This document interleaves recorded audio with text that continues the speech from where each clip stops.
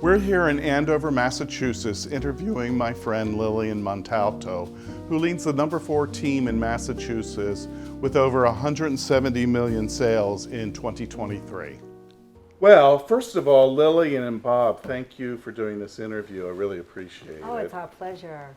So we know this is about Lillian today, but I wanted to spend some time with Lillian and her husband, Bob Bolin. So if you don't know who Bob Bolin is, Bob has had many incarnations, many successful careers. He was the top prudential broker in North America for like a decade.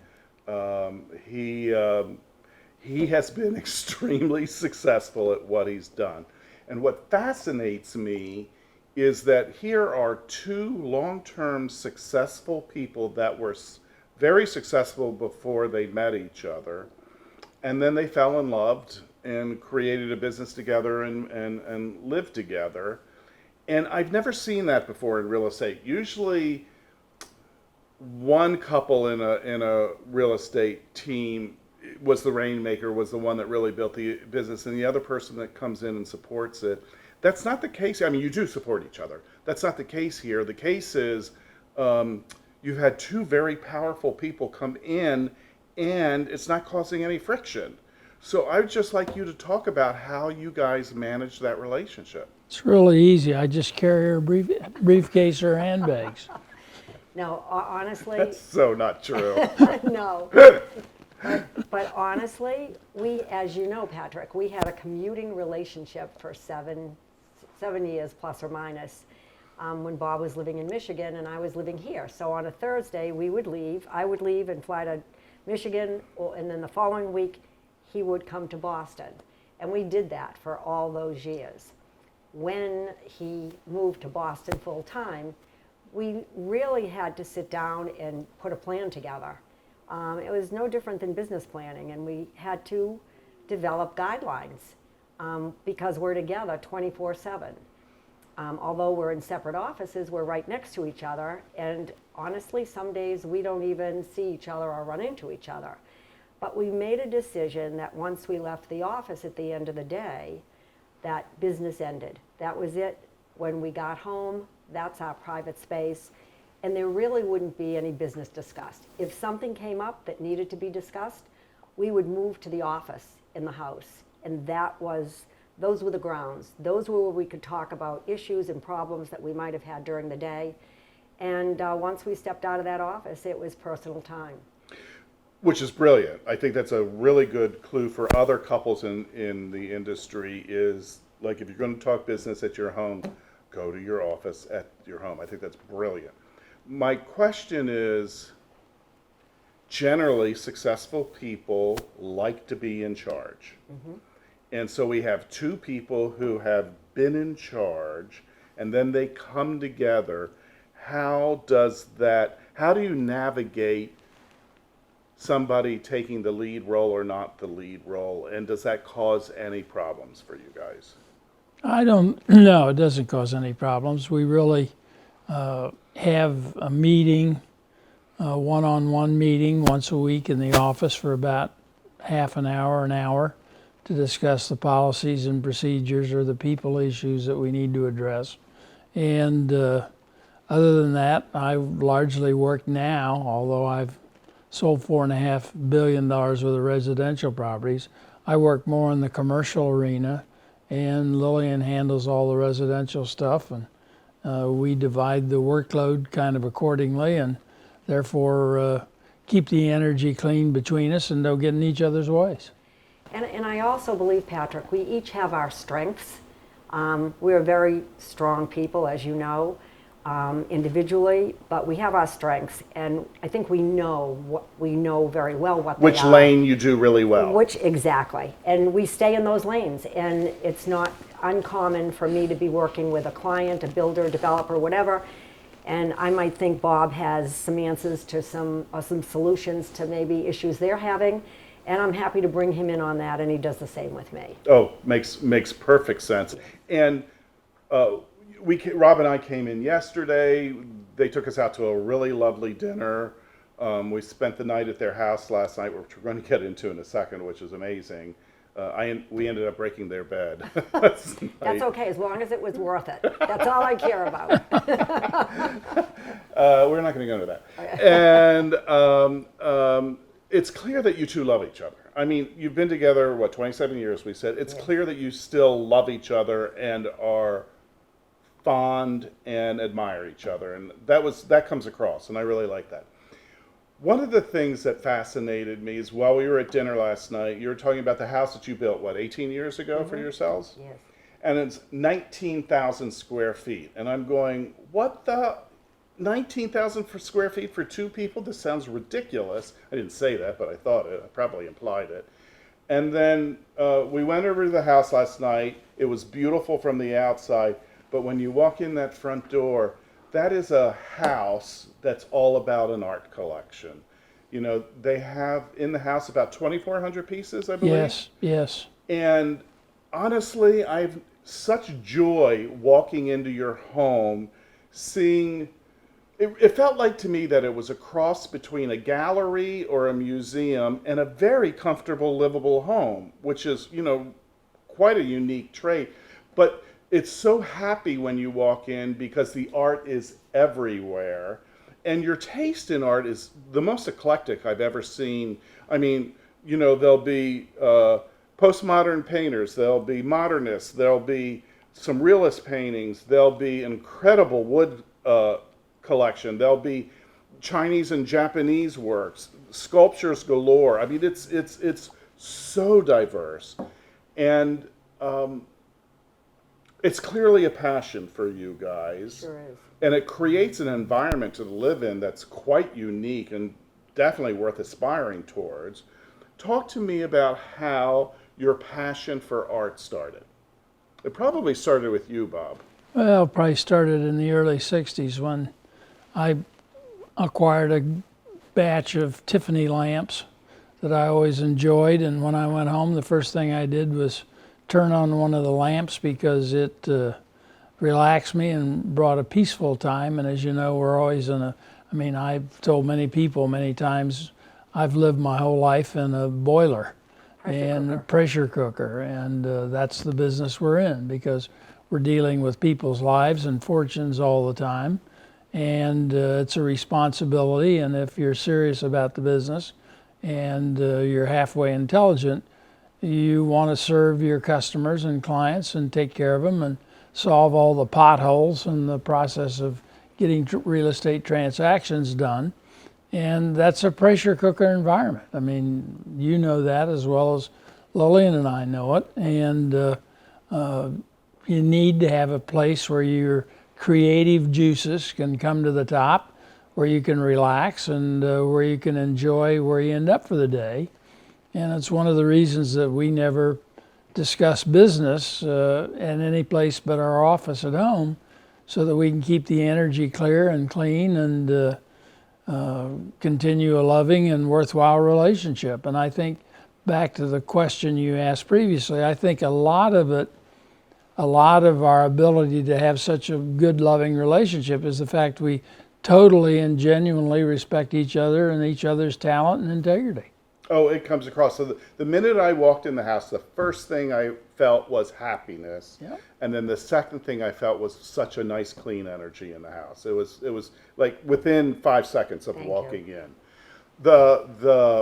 I mean, they have some pieces that are really amazing. My favorite piece is you have a Helen Frankenthaler up in the gallery room that is just knocks me out. But there's Stellas, there's Warhols, there's artists you've never heard of.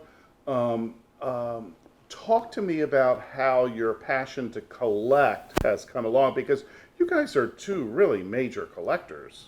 Thank you. Well, 3 times we've been in America's top 100 art collectors, so I guess some people recognize that. We had an amazing African art collection, which was one of the top half dozen African art collections in the world, that we started collecting from scratch, and that took about 7 or 8 years. The wood collection, there's 65 antique Persian carpets, 7 of them from the Shah's palace in Tehran in the house, and everything. I think there's 10 Chinese paintings, and a lot of other contemporary artists, Stella, as you've said, and Frankenthaler and Warhol. But Lilly and I have agreed on every purchase. There are no purchases in the house that are mine or that hers, they're all ours. Because we see alike, we have similar tastes, and it makes collecting really fun and easy. And we've been to 77 countries together, so every time we go someplace, one of the things we do is shop for a piece of art. Well, so what's funny, and shows you what a small world we live in.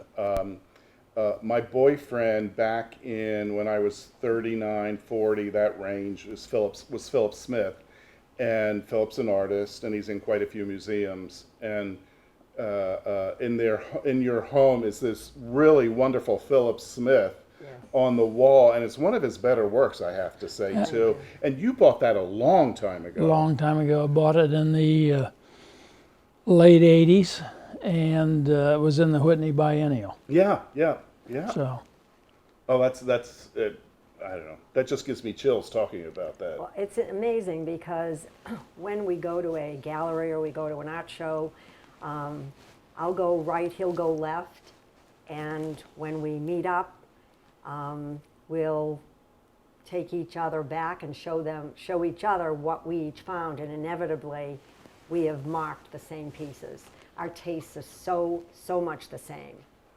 It's interesting because we walk through and there's 2,400 pieces in the house, and you still are in love with 2,400 pieces in the Love house. them. we are, they wouldn't be there. That's true. That's true. And you've donated a lot of pieces to museums. Over 1,000. I guess one of the reasons I want to talk about this is, one, I want you to see what somebody's passion looks like, because it's clearly a passion, and how that passion can make your life more harmonious. And then number two, the other thing is, to aspire to that type of life, you need to put in the work and work hard, and you're going to find out about, we already know Bob was hugely successful. We're going to talk today with Lillian about how successful she's been and how hard she's had to work. Because you started out with almost nothing. Correct. And just look at her shoe closet now. You won't say that anymore.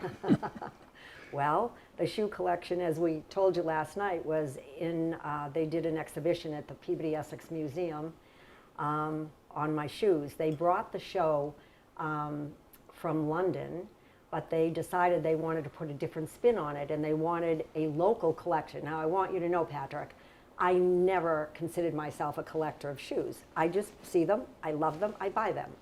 And my thought process Okay, is, I'm looking at the camera going, that is such bullshit, but go ahead. my thought process is always, if I like it, I buy it. And I will tell you that most women or anybody, when you have a special event to go to, you're shopping for a new outfit, and then the hardest part is to find a pair of shoes that match.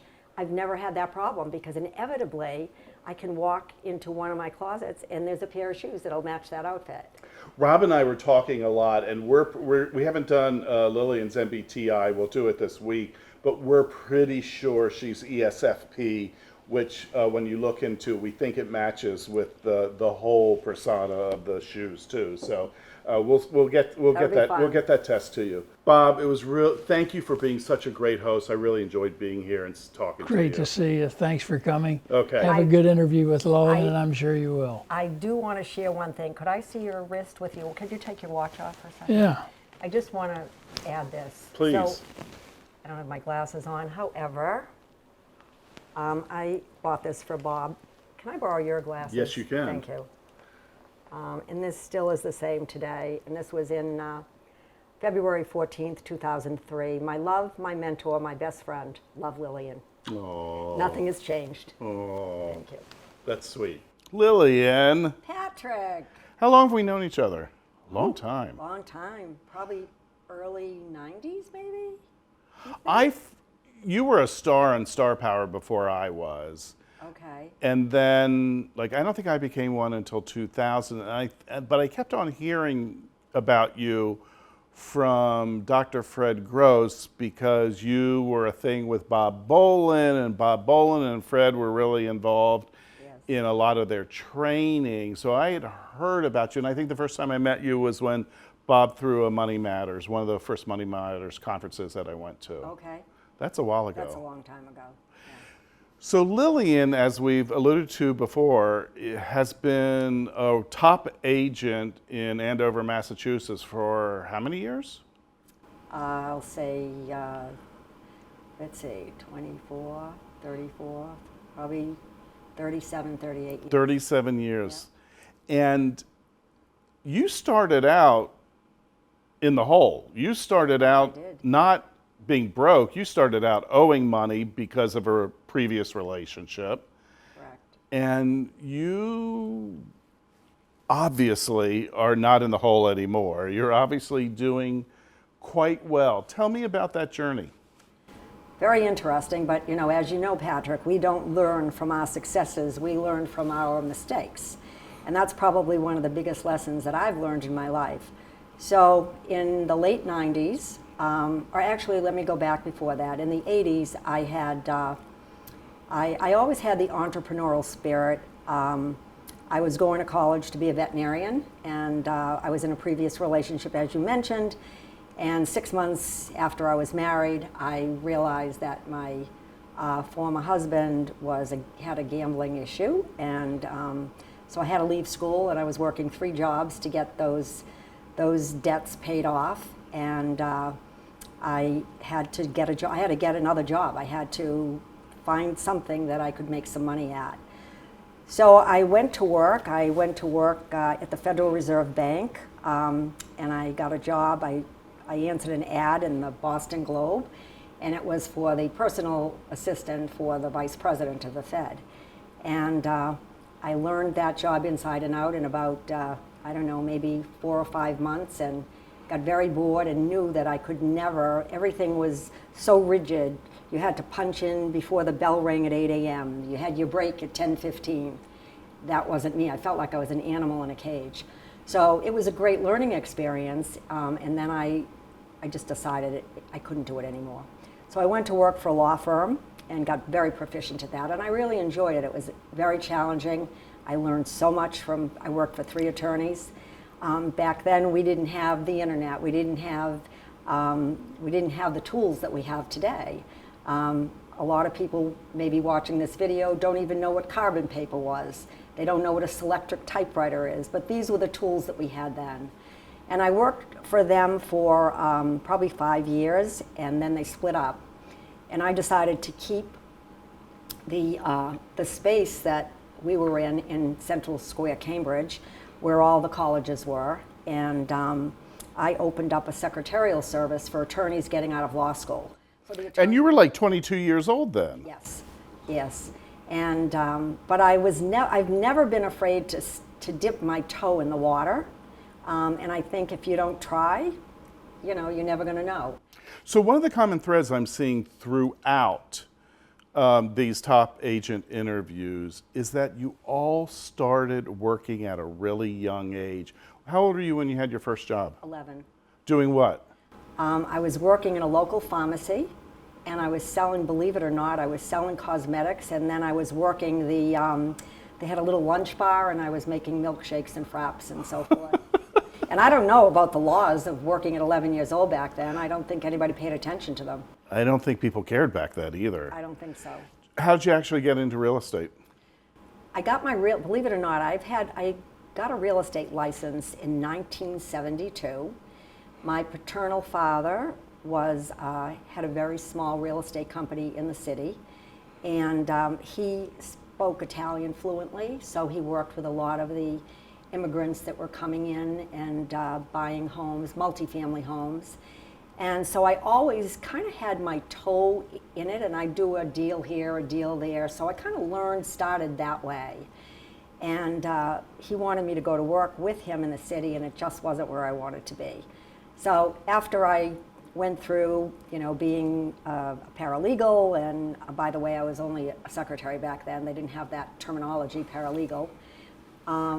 And then I opened my secretarial service, and I realized it was during the Vietnam War, so it was where my office was located. There were lots of riots. It was a very dangerous thing. So I did that for 4 or 5 years, and then I went to work for my stepfather, who had a construction business, and sand and gravel and bituminous products. I learned that industry very well, and then I just knew that that wasn't where ultimately I wanted to be. In the late 80s, and I had a small. I was doing a lot of office rentals. The Route 128 belt, the highway belt, was just developing, and so I was learning about leasing space and so forth. And then I decided in the late 80s, the real estate market in this area went into a very severe depression. So all my listings, including the Wang Towers, which it's very famous around here, there were 2 high-rise buildings that would be worth millions of dollars. In 1990, they sold at auction for $500,000, 2 buildings. And so anyway, in the late 90s, I heard about this amazing real estate coach and motivational speaker named Howard Brinton. Most of us, Howard was like part of our family. He was speaking in the basement of Merrimack College, and I decided, what the heck, let me go see what this is all about. And that was a big turning point for me, because that's when I was introduced to Howard. And Howard was just starting. He hadn't yet done his first conference. It was going to be in Aspen, Colorado. And I remember sitting in that room and Howard talking about this conference being in Aspen, Colorado, anybody that wanted to sign up for it. And I knew I had to do it, but I didn't know how I was going to do it, because I literally had no money. I was so broke, but I had a credit card. And so I put everything on my credit card. I went to Aspen, Colorado. I started to meet the people that were early part of Howard's group. And I was then introduced to Dr. Fred Gross, who became a business coach to me, and Bob later on, in many of our other associates and friends. It's fascinating, and Fred's even more expensive than Howard was. Oh, yeah. And when you really didn't have that type of money, you knew that this was the right thing to do. Was that an intuitive thing? Yes. My intuition, and Bob will be the first one to tell you, I can meet somebody and within minutes, I pretty much know whether or not it's going to be a good relationship for me or not. Whether it's a client, whether it's a friend. But I have great intuition, and I just knew something drew me, attracted me. I had to be there. Again, I put everything on my credit card, and at that time, I was Fred's second group in the United States, and we were meeting every other month in a different part of the country. So it was airfare, it was hotels, it was his. And they were expensive hotels with Fred. Yes, yeah, very. But that's okay. That introduced me to that part of luxury that has now become part of my life. I feel like very few people would have had the strength to spend that kind of money to better themselves, and it was so clear to you that you had no choice, you had to. I didn't have a choice.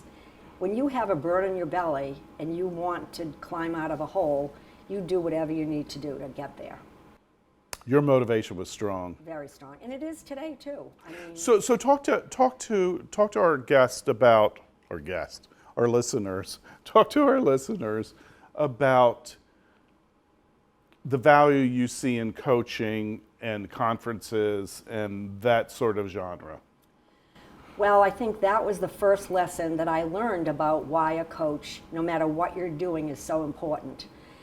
If you're not familiar and you don't know, and you're about to get involved, I don't care if it's riding horses, shooting guns, whatever it might be, you need to hire somebody that knows what they're doing. And that was a lesson I learned by hiring Howard and also in hiring Fred.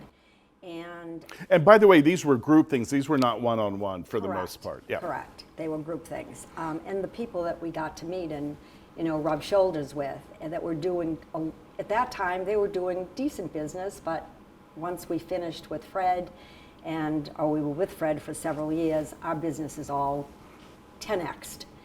So 90% of these interviews so far, that'll change at some point, are all relationships that I have from Fred or from Howard. Yep, exactly.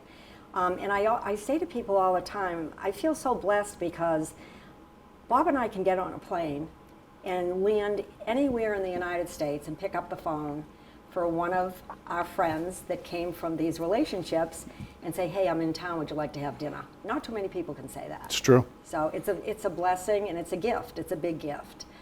And so, so I decided if I wanted to stay in real estate, everybody had to have a roof over their head. So people are always buying and selling homes. So I transitioned from the leasing and the commercial to residential. So, meaning that even in a lousy market, they still need to leave somewhere.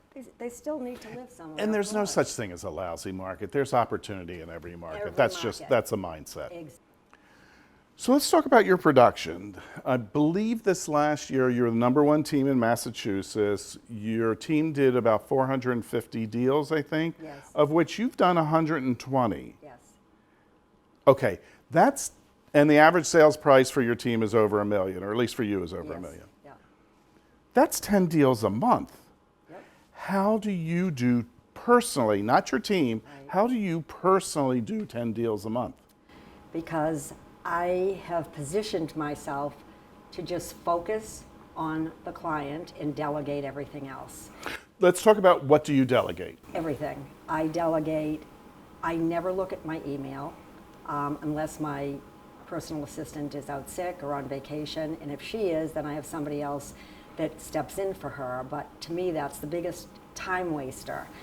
I think one of my best assets is my time management skills. I told you I'd be back at 10:10. I was back at 10:09, or right on the money. I'm very, very conscientious of the time. The time is something I tell my team members all that you cannot bank the time from yesterday. If you wasted time yesterday, it's gone, and you're never going to get it back. So before I leave the office at night, I know exactly what my next day's schedule is going to be, minute to minute to minute. I time block. I'm a great time blocker. So that I just focus on the dollar productive activities: listing, selling, negotiating, Prospecting. and that's in my schedule every day. So I think the other big problem that agents struggle with is the difference in knowing and realizing the difference between prospecting and follow-up. When you're following up with people you've already spoken to or met with, that's follow-up. That's not prospecting. Prospecting is new people. And so I think that if agents really took their schedule and just did what they're supposed to do and not play office and shuffle papers and talk at the water cooler, because they do. They'll do anything to avoid prospecting. And we call it, in our industry, black cord fever. I don't have that. I just pick up the phone, I call whoever I think I need to speak to and who I think I might want to do business with. And that's another thing too. I think when you get to a certain point in your career, you have to know that whoever you're working with appreciates you, you're going to bring value to them, and you're going to enjoy working with them. Otherwise, you really shouldn't be doing anything with them. It's a waste of time.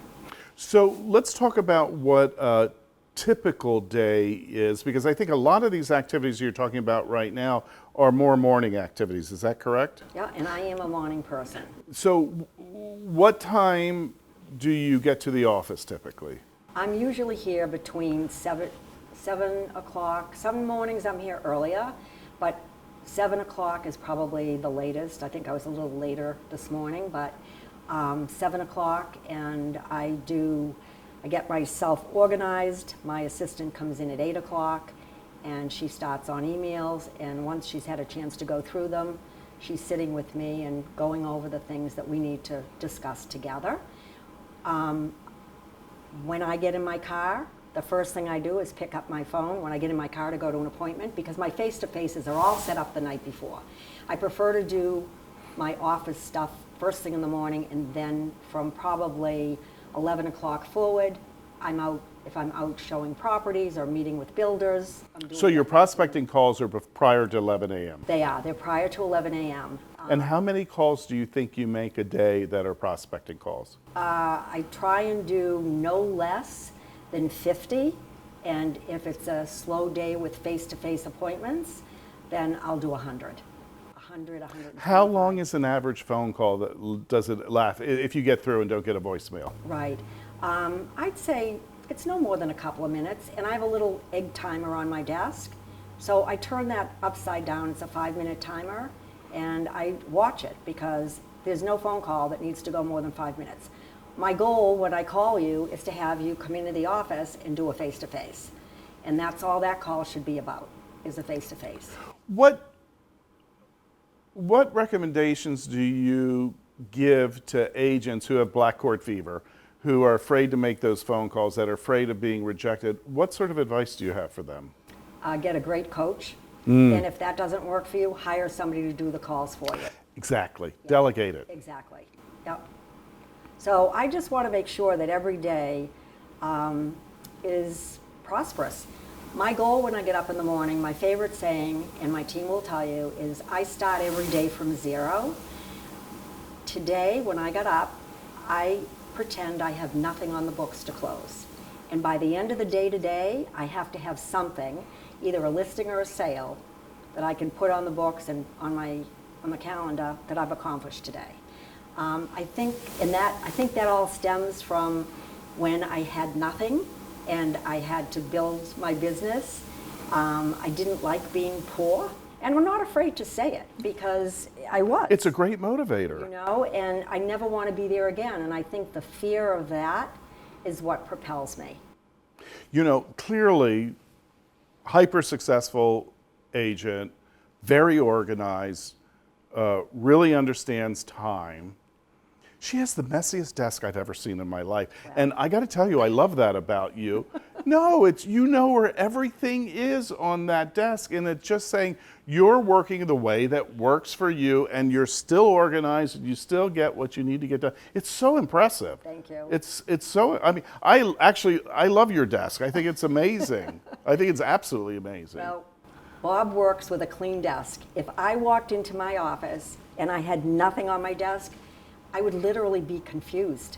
Well, Bob, I'm sure, is a J in the MBTI. I'm sure you're a P, and the reflection of your desk is a reflection of your personalities in that portion of your Myers-Briggs personality. Lillian hasn't taken the test yet. We're going to have her take it as. Rob and I are guessing it's going to be ESFP. We'll see what comes out. We'll see if we're right. So, along with that, Lillian, you have a really strong team. You and Bob built this building here, which is amazing. I mean, it's such a reflection of your brand. It's like so glammed out. It is such a really beautiful reflection of you. And again, creating an atmosphere where you feel happy and comfortable to come to and a great experience. It's interesting, they had an office meeting today and every single person was dressed up. And I understand you sort of have what do you call it, a dress code for the office, that you have high expectations for your team. I do, and I think you have to lead by example. So we train them, you know, this business that we're in is not brain surgery, okay? You don't have to own a lot of inventory in order to do what we do. So that again is a blessing and it's a gift. I tell our agents, get up, dress up, and show up. Those three things, you can do a lot of business.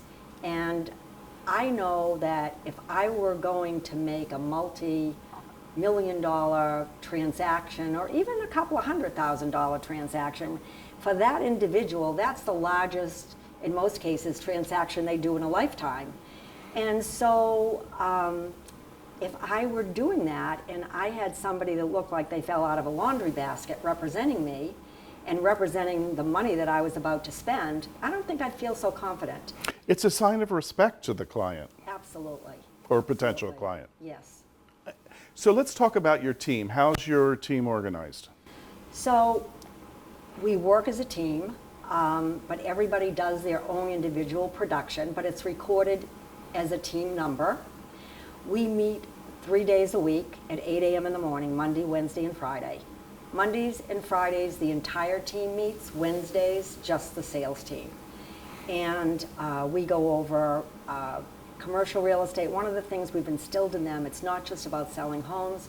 You need to understand how to get your client into an investment property, because let's face it, I believe the last statistic that I heard, for the past 37 years, homes have appreciated 7% each year, except for 2 years in the past 37 years.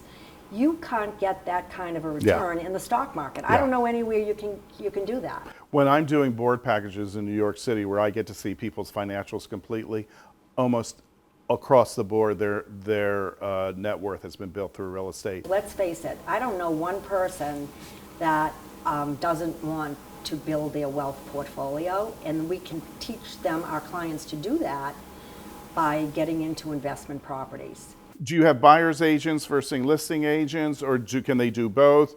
How many? What percentage is admin, help, management, that sort of thing? Yep. So again, I think I probably had one of the first teams, and again, I owe this to Howard because of the people that I associated with through him.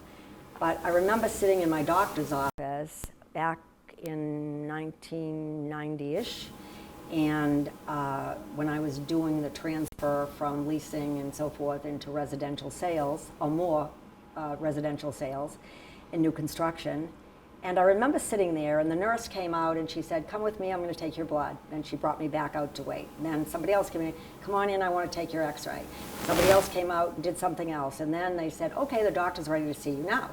So they did everything. And I said, why can't our business work like this? Right. And it just made so much sense. So we have a closing department, we have a listing department, we have a marketing and design department. So before we go on, are they on salary or some other sort of agreement? The people that are like closing department and the... They're on salary. Okay. Yeah, And so they're employees? they are employees. Okay. Then you have how many agents that work for you? I think right now, we have maybe 15. And are they allowed to do both sides of the transactions, or are they...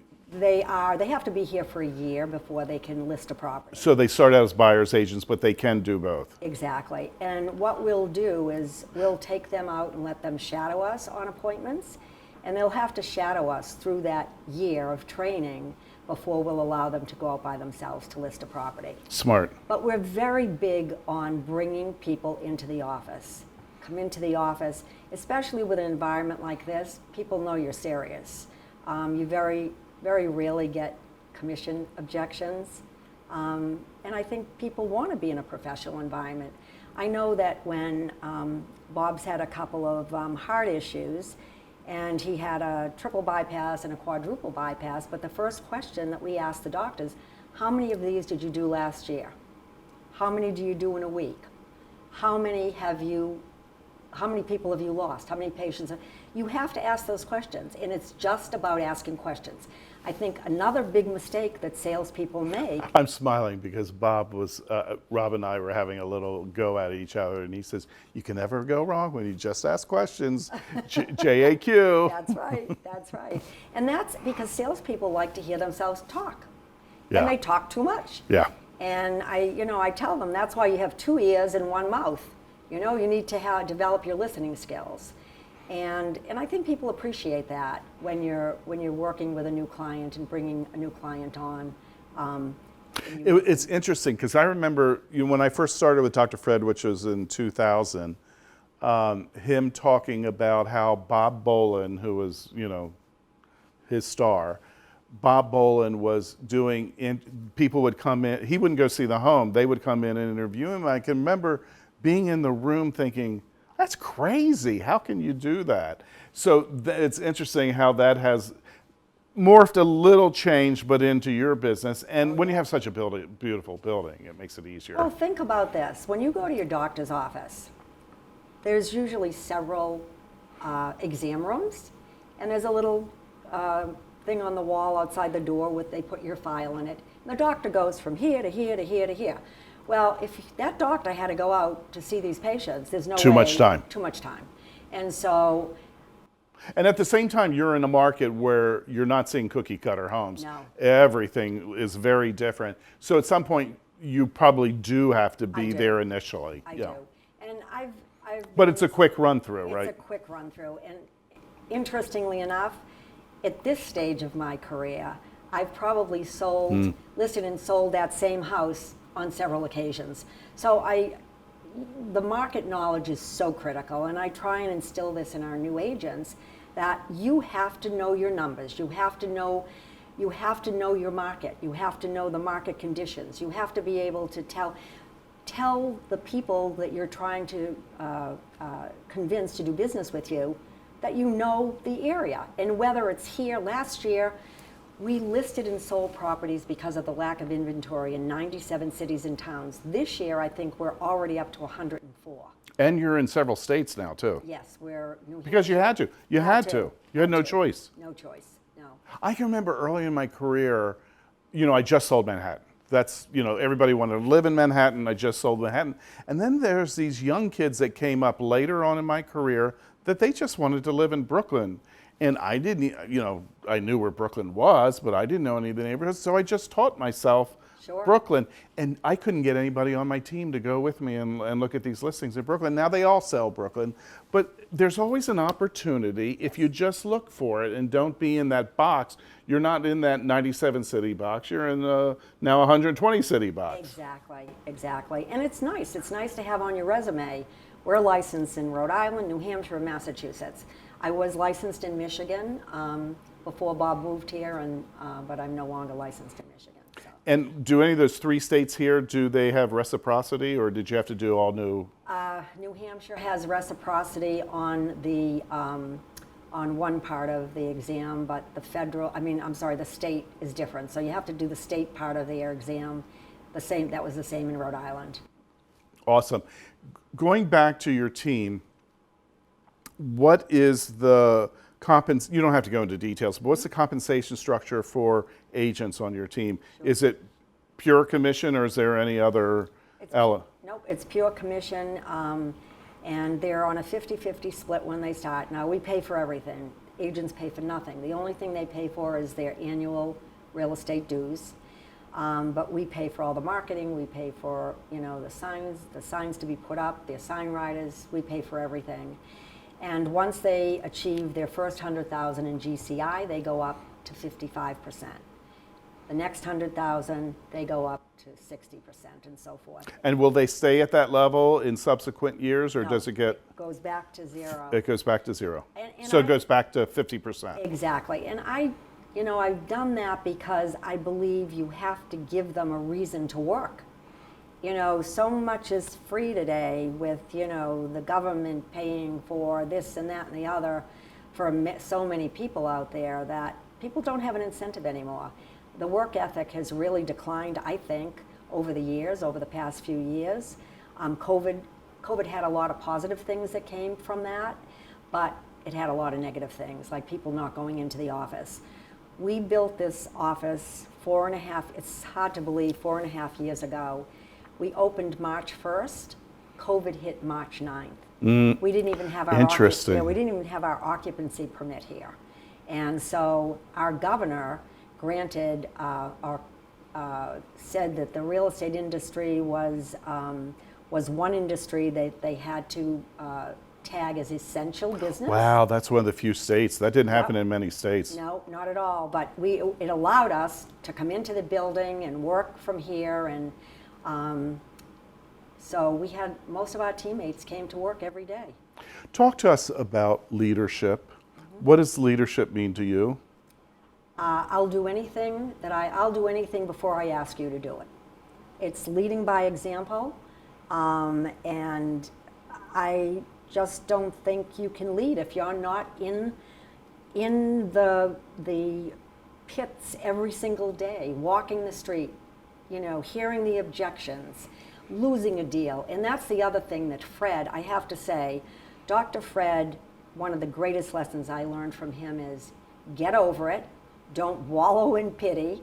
And I'll say to them, don't have a pity contest with yourself today. That deal went away, move on, move on, move on. There's more deals out there to do. And I think if I didn't lead by example, and they see, I tell them when my deals fall apart, at those meetings 3 times a week, we discuss the potholes, and we make them understand none of us are perfect. We're all going to make mistakes. The worst thing anybody can say in this building or that works with us is that's not my job. If I hear that, you don't belong here. I think we've created a wonderful environment to work in. This is my second home. It's probably my first home. In many respects, it is. It is, and so you've seen the art in the building, and we've surrounded ourselves with happy. We don't tolerate negativity at all. I tell them if you had a fight with your partner, your spouse, whoever, put the junk in the trunk and leave it outside the front door, or don't come to work today. Last night when we were at your house after dinner, you and I were talking about that, about not letting toxicity into your home, and that's one reason the energy is so clear when you go there. But you're saying the same thing about your office space, not letting the toxicity in. No. Have you heard of the BMW rule? No. So we tell our team, how long do you want the BMW rule to take place? You can have 10 minutes, 20 minutes, or 30 minutes. And they go, what's that? And you go, you can bitch, moan, and whine for 10, 20, or 30 minutes, whatever you choose, and then I don't want to hear it anymore. That's great. That's great. And they'll laugh. And yeah, but that's awesome. But it spreads like a cancer. We had she was our top producing agent at the time 2 years ago. Bob and I were in Italy, and she was getting a little bit full of herself. And that's the other mistake agents make. That's why I try and train them. Start every day from zero. You have nothing. You have nothing in your bank account. And if they have that mentality, they're never going to develop that ego. That ego will kill you. And people don't like to be around that. So she had gotten a little bit full of herself. We were in Italy vacationing, and I got a phone call, and she was stirring the pot, with all the other agents about the commission splits, and she could earn more here or there or wherever. So go. So I got a phone call in Italy on my big vacation of the year, and she basically said to me, you have until Friday to decide on whether or not you're going to change my split. And I said, I don't need till Friday. I said, pack your desk and have a great life. I think that your use-by date has come, and I think you need to be somewhere else.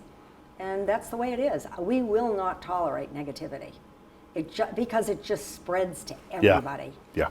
And I don't like the white noise. I don't like the chatter.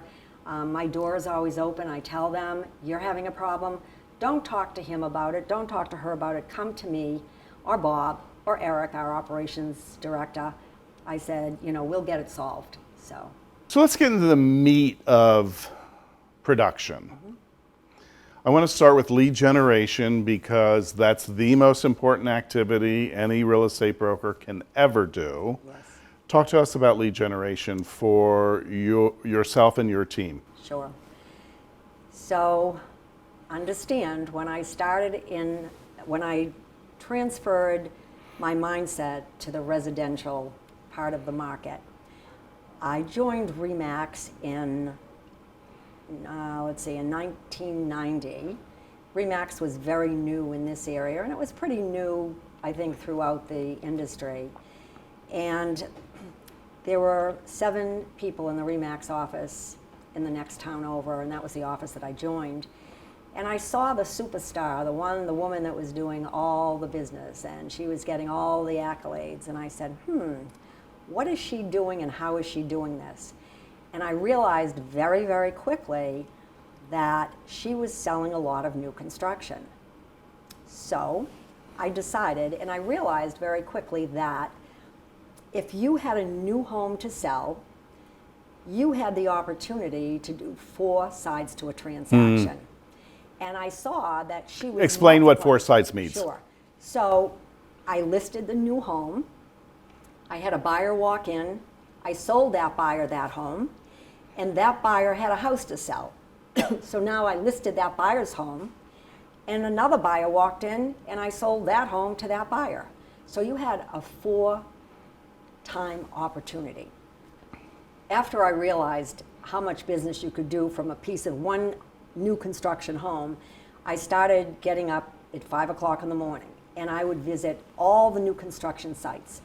And at that time, the builders were on site, getting their crew ready for the day, and I'd stop and chat with them and ask them about their project and about what they're putting into the home. And I learned the new construction industry very quickly, and it didn't happen overnight, but I joined the Builder Association and became a very avid member. I'm now the president of the Northeast Builder Association.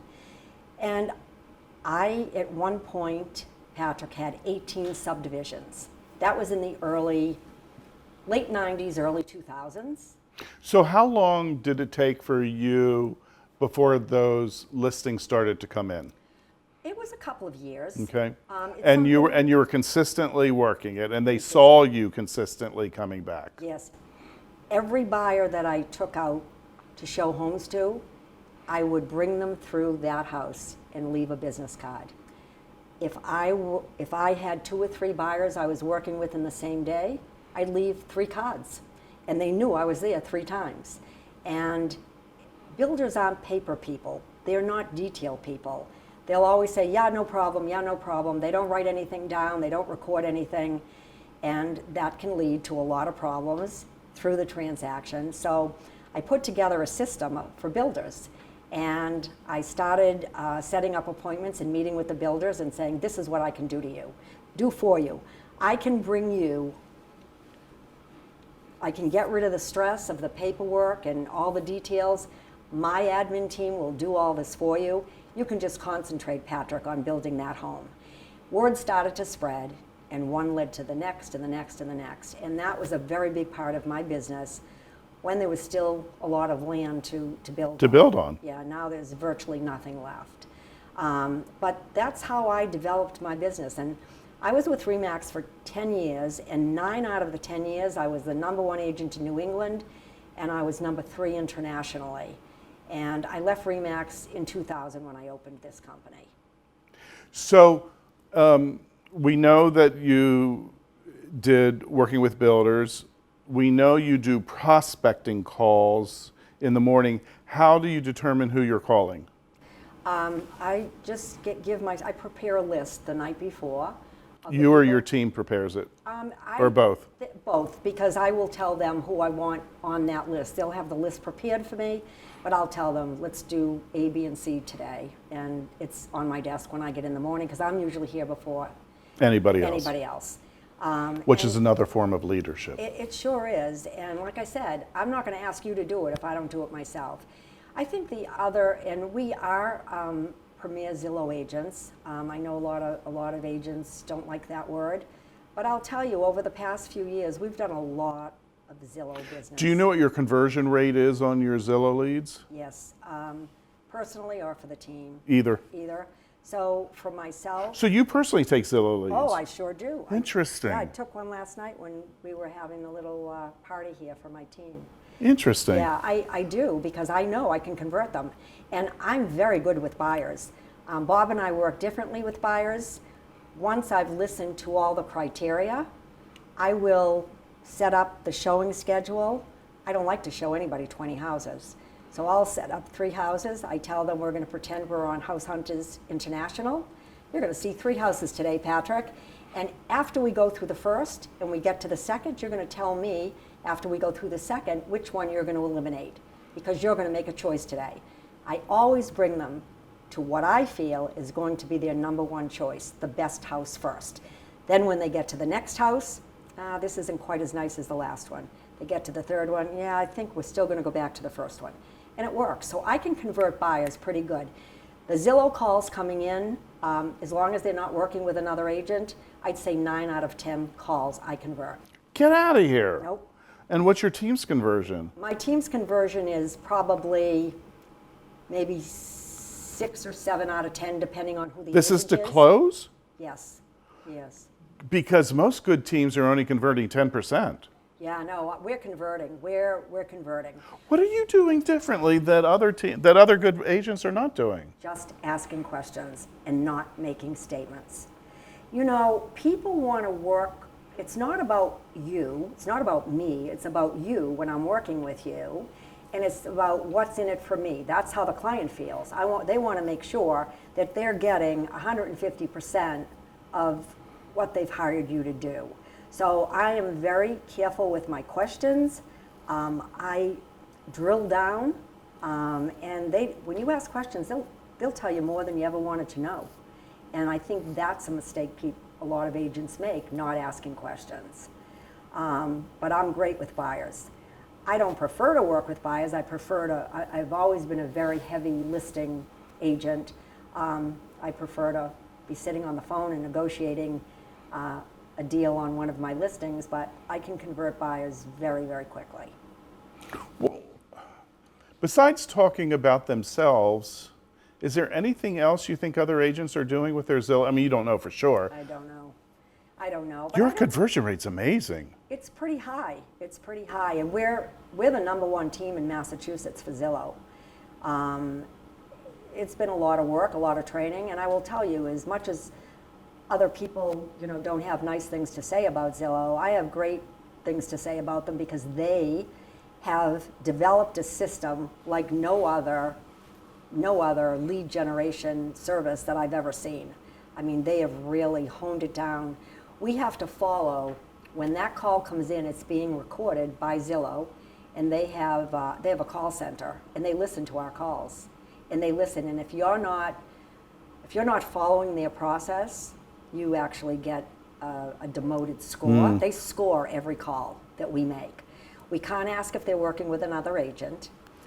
We basically have to figure out their motivation on that call, and then set the appointment. If we've done that, then we get a great score, and they will call us. We have what they call our growth advisor that we speak to every week, and he goes through the good and the bad from the previous week of what our team has, how they've spoken to clients on the phone, and so forth. But they have a great academy of learning, so when we get new agents in, they have to take these courses before they can become on the Zillow list. The other thing I want to mention is... So I take it at that conversion rate, your agents actually really like the Zillow leads. They love them. Okay. Oh, they love them. It's like they call it shooting fish in a barrel. Okay. Because they just keep coming in. They just keep coming in. It's a revolving door. And when a call comes in, it's jump ball. It goes to everybody. Whoever picks up the phone first gets that call. What system do you use to send it out to everybody right away? It's Zillow's system. Oh, Zillow can send it to all the different cell phones. That's right. Oh, okay. I didn't know that. It goes Okay. to everybody's. What people don't realize when they click on Zillow to look for a property, they don't realize when they click on that button, they're getting connected to an agent. So after that first call that comes through to me, I'll say, Patrick, let me find out if the seller is available for us to view their property tomorrow at 2 o'clock. And Patrick, what kind of flexibility do you have in your schedule in the event that time doesn't work for the seller? You give me some options. And I say, great, Patrick, I'll tell you what, I'm going to be back in touch with you within the next 2 hours. Does that time work for you? You say yes or no. Now I call them back in an hour or an hour and a half, or I don't, my team does, and they will say to them, oh, by the way, are you working with another agent? Oh, when Zillow's not listening. And when Zillow's not listening. But we use Follow Up Boss for our CRM. I don't know if you're familiar with that. But I wasn't, but Bob and I had a long talk about it last night. Amazing. And that, believe it or not, that has transformed the production that my team is doing this year. Because The way it holds accountability is amazing. it's unreal. Yeah. So they have to be what's called Smartless Zero every day. Zillow brings up the people and the tasks that you have to accomplish, but Zillow also records every single phone call that you take. So, not Zillow, I'm sorry, Follow Up Boss records, and now with AI, they transcribe it into a list with the bullet points of that conversation. Which is amazing. And one of the problems with agents is that they don't find the time to do the a recording of what transpired, and this does it for them. Absolutely. It's amazing. It's brilliant. unreal. Do you have any other lead sources besides the ones we've talked about so far? Well, I think for somebody that's been in the business for, a few years, I think the biggest lead generation source is picking up the phone and calling your past clients. They already know the great job that you did for them. And I think, again, my day is structured into calling a minimum of 10 to 15 past clients every day. That's on my list. What's that conversation go like? Hey, Patrick, I drove by your house the other day. I love the new color you painted your front door. Just something that, or call them and let them know what the market's doing, what the absorption rate has been for the past couple of months in their marketplace. Patrick, do you need a new market evaluation on your property? Could I send you an updated analysis? So it's just something, people always want to talk about real estate. Yeah. So I know you do a lot of community events. Why don't we talk about that? Sure. So one of our big events every year is a breast cancer event, and we've raised a few $100,000 for breast cancer. I am a breast cancer survivor, and I know you also are a cancer survivor, so we're brother and sister in a way. And at first, I was sending the funds that we raised to the General Cancer Society, and then I realized that I really didn't know where that money was going. Was it paying salaries, whatever? So I found a local agency that helps people, or tries to raise funds to help people if they need to pay their mortgage payment, if their kids need clothes, food, whatever. And so now we donate the money to that organization, and 100% of every dollar goes to somebody that has breast cancer, to help them house cleaner, transportation, etc. Another event that very close to my heart, one of the builders that I work with, his daughter, when she graduated college, this is 11 years now, went to Haiti, and she was working with the kids in Haiti, and 3 days before she was coming home, she called her parents and she said, I've never been so happy in my life. I'm going to come home, but I'm coming back here because my goal is to build an orphanage for the kids over here. And they had that major earthquake, and the daughter died. Oh. And so the parents, instead of sticking their head in the sand, they fulfilled her dream and built an amazing orphanage. And so I've raised several $100,000 for the orphanage. And there's so much going on in Haiti right now. There's so much revolutionary war. It's horrible. It's horrible. We do an event every Christmas for the MSPCA because I'm a big animal person. And you can bring your gifts here and we'll wrap them, and you will pay us per gift to wrap. And then we also have an event in the springtime, a puppy pool party in the parking lot. And you can bring your puppies, and we do all sorts of little events. So that's another way of prospecting for me. And I love It's doing interesting it. because we were talking about, you have house guests every week. Every week. In the art-filled global mansion that is your home. But that fits into your personality, having all of these events, because you like to entertain. I do. You like being around others. And I have to tell you, I do feel like I'm so blessed. I do have an amazing team. Everybody chips in. Everybody, is a part of it. They're happy to be a part of it. They work hard at it. And, we all share. That's another form of leadership. Well, thank you. But they know that giving back to the community is so important. And now we're fighting because I hire a horses and wagon for the Santa parade, and we have our clients bring their children. They can ride in the wagon in the parade, and they look so forward to that. And again, we have pictures back here with Santa Claus and the Grinch.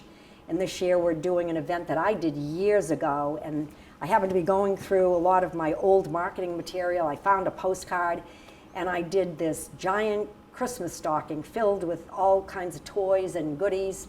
And so we have the kids come in, they can register to win the stocking, and they come in and write a letter to Santa. And they know that we have a direct connection to the North Pole. So we try and really be a very important part of the community. We had a little girl that was hit by a car at the intersection 2 years ago, and we did a big event for her this year to raise funds for kids and families. And so again, we're always busy. We're always looking, what's the next thing we can do? What's the next event? What other marketing pieces do you do? We do, I'm back to doing postcards again. Postcards work. Postcards absolutely work. And so, especially with the market being as hot as it has been over the past couple of years, sold in 2 hours, sold, and send them to the neighborhoods in the surrounding area. So I'm back, believe it or not, Patrick, I'm back to basics. Yeah, it's true. It works. It works, and it's just about doing it. If people just put it on their schedule and did it. And budget the money for it. Budget the money for it. And I'm a planner, so in the next week after Thanksgiving, we'll sit down and put our marketing calendar together for next year and make sure that all the events get plugged into that marketing calendar. But I'm going to tell you a funny story. When I broke into the market in Andover, it was really a man's world here. And they were all people that grew up in this town. I did not grow up in this town. And I was part of Howard's group, so I was doing personal promotion. Nobody had pictures of themselves on anything, but I knew I had to do that to get recognized around here. And everybody was, they would say, the first thing they'd say on a listing appointment, they'd say, well, Patrick, how many agents are you interviewing? Well, we're interviewing 3. Who are the other agents? And if they mentioned my name, they say, she doesn't even live in this town. So I said, how am I going to go about that objection? So every Sunday when my mom was alive, I would go there after my open houses on Sunday. And I want to talk about open houses in a moment. I don't want to forget. But I'd go to my mom's and we would cook together for Sunday dinner. So I took some pictures and I took recipes. And we have a town newspaper that comes out once a week on a Thursday. And I started posting my mother and I cooking on a Sunday with our recipes. And then I would put the recipes on postcards, and I started sending out the recipe cards. And do you know, to this day, I will every now and then have somebody walk into my open house and say, I love your recipe cards. Patrick, I haven't sent those out in years. But it's just really interesting, the basics. And when I moved to this area, and I didn't have one client, not a buyer or a seller, I remember hearing Bob Wolf say that he had moved from Wyoming to Laguna Niguel, packed his car up, drove his car to Laguna, and did open houses 7 days a week. I don't think Bob Wolf has ever spent 2 cents on a newspaper ad, on any type of advertising. It was just that personal connection. And I love open houses. I do one a weekend, and I enjoy it. I get to meet people, they'll say to me, is this you for real? They don't even think you exist because they see your signs. I see your signs everywhere. So it's a great way. Oh, it's so great a way to get other listings. I can't tell you how many times I've hosted an open house and just showing people respect and talking them up. They were like, oh, you want to come by and see my house? I'm thinking about putting it on the market, because there's a different level of how it's handled than from a regular agent. Absolutely. Yeah, it's a really good source of business if you want to do it. Maybe not in every market, but a lot of markets. But a lot of markets. Especially higher end markets too. Absolutely. I could see it working in any market. I don't know. I think people just like to complain. They don't like to do them. I think they're great. There was a point in my career when I thought, oh, I'm too good for open houses. That's what my team, I should delegate it. And then later on in my career saying, oh, I like open houses. This is good.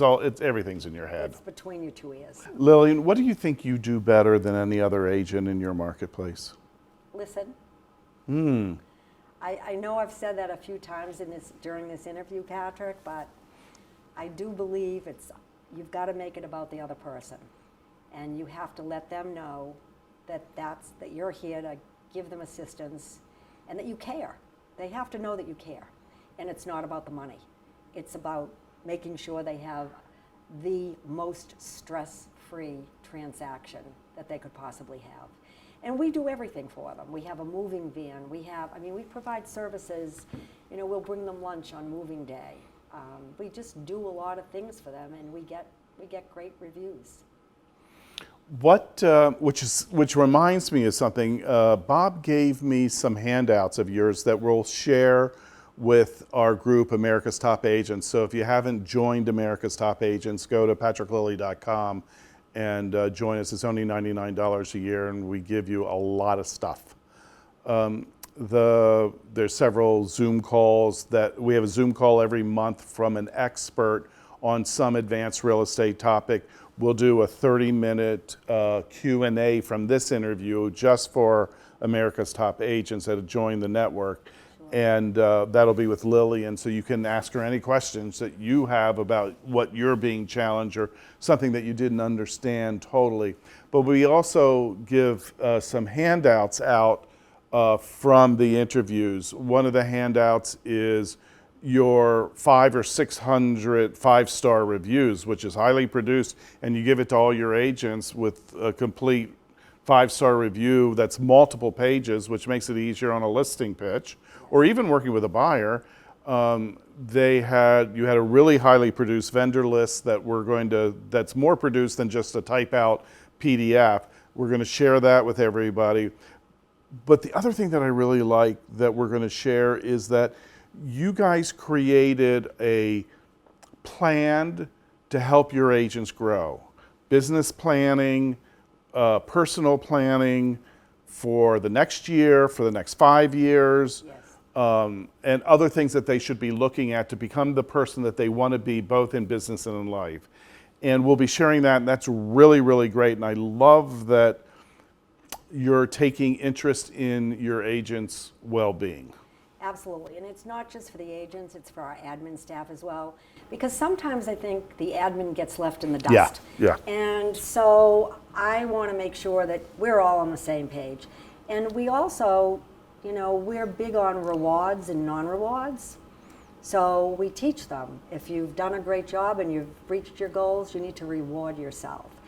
If you didn't reach your goal, actually in some cases we have, I don't know if Bob talked to you about this, but Bob used to coach and I used to coach, and I would say to my coaching students, I need you to write me a check for, depending on the level they were at in their business, $5,000, $10,000, and we're going to put our goals together. And if you don't reach your goals, you're going to write a letter, Patrick, to your biggest competitor that you really don't like so much, and you're going to say to that competitor in that note, "Hi, Rob, I've admired you my entire career, and I really try to emulate the things that you do. And so because of that, I want to thank you, and enclosed is a check for $10,000. And that's a non-reward. Imagine sending that letter with a check to your competitor. Yeah, nobody wants to do that. I've done that with a couple of my coaching clients too. Yes. That was a Fred idea. I remember getting that Yep. from Fred, and it's a powerful one. Oof, it's really powerful. We sometimes send it. We say, what's the one organization that just drives you crazy? And then write a check for $5,000 to whatever that Yeah. organization is, and then we'll be sending it to them when you don't meet your goals. There you go. What metrics do you use to analyze your business? For me, I'm very visual. That's why my desk looks like it looks, because if I don't see it in front of me, I forget about it. So my metrics, I just keep a very simple notebook, and I literally list backwards. If I want to do 125 transactions this year, I start at 125, 124, and that's what I do. That's every time I do a transaction, it gets entered in this. Got it. For me, that's simple. And then I leave the rest of the stuff to Bob. And he's a numbers guy anyway. He's a numbers guy, and he does a great job with it. Yeah. Yeah. That makes sense. That's his lane. That's his lane, exactly. And that's important. What's Stay your on lane? My lane is this. Yeah. My lane is being Yeah. face to face. Yeah. And just being out in the field.